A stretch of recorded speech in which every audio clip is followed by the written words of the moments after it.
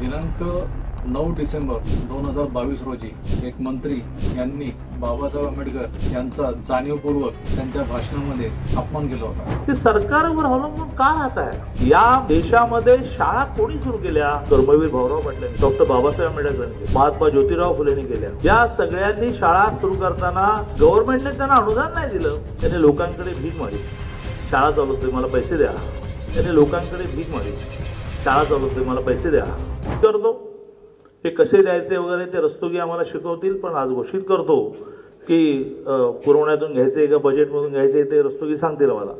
पण मी आणि संदीपांजी जर अशा चांगल्या कामाला मुख्यमंत्री आणि उपमुख्यमंत्र्यांकडे मिळून गेलो तर पैशाला अडचण येणार नाही।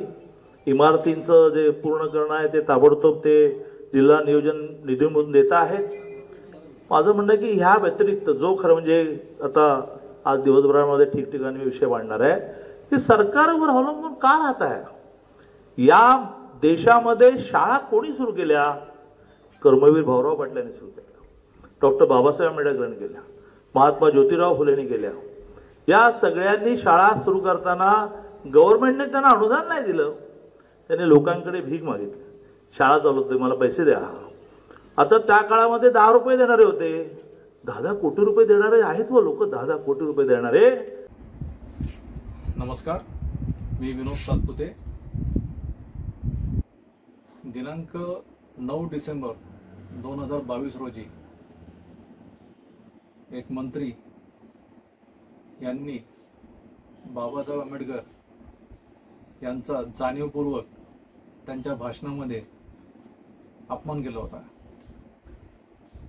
त्यांनी असा उच्चार केला होता की बाबासाहेब आंबेडकर, कर्मवीर भाऊराव पाटील आणि महात्मा फुले यांनी शाळा काढल्या, आणि शाळा काढल्या म्हणजे ते त्यांनी हवं करून त्यांनी जाणीवपूर्वक त्यांचा अपमान केला आणि भीक मागितली, असं इतिहासामध्ये कुठेच नोंद नाहीये किंवा असं कुठलंही आमच्या ऐकण्यात किंवा बघण्यात आलेलं नाहीये ते। पण त्यांनी बाबासाहेब आंबेडकरांनी भीक मागून शाळा चालवली, त्याच्यासाठी त्यांनी हावभाव केले। ते हावभाव त्याच्यामुळे आमच्या भावना दुखावल्या गेल्या होत्या। त्याचा परिणाम म्हणून पुण्यामध्ये एका तरुणाने त्यांच्यावरती शाईफेक केली होती। त्या तरुणाला आणि त्याच्या काही ग्रुपला पोलिसांनी अटक करून सध्या ते जामिनावर आहेत। ते ज्यावेळेस मी घरात बसून हे बातम्यामध्ये मला जेव्हा कळलं त्यावेळेस मी बघितलं की बाबा बातम्या सुरू आहेत एबीपी माझावरती, आणि त्या मंत्र्याने खरंच बाबासाहेबांचा अपमान केला होता। हे मला बघावलं नाही, कारण बाबासाहेब आंबेडकर जसे इतर समाजात तसेच माझ्या समाजामध्ये आम्हाला वंदनीय आहेत। त्या विरोधामध्ये मी जवळचं नजीकचं पोलीस स्टेशन जे आहे आरसी पोलीस ठाणे चेंबूर मुंबई या ठिकाणी तशी लेखी तक्रार दिली होती।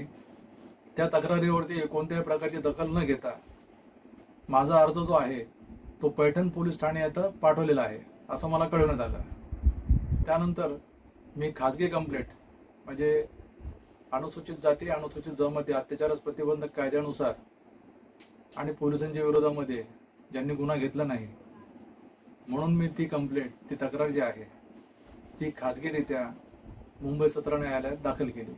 त्या तक्रारीवर काल सुनावणी होऊन, वेळोवेळी सुनावणी होऊन त्यावरती काल एक निर्णय देण्यात आला।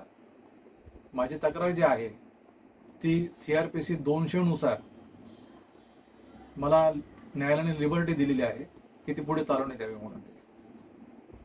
त्यानुसार आता माझी पुढील साक्ष ही नोंदवण्यात येईल।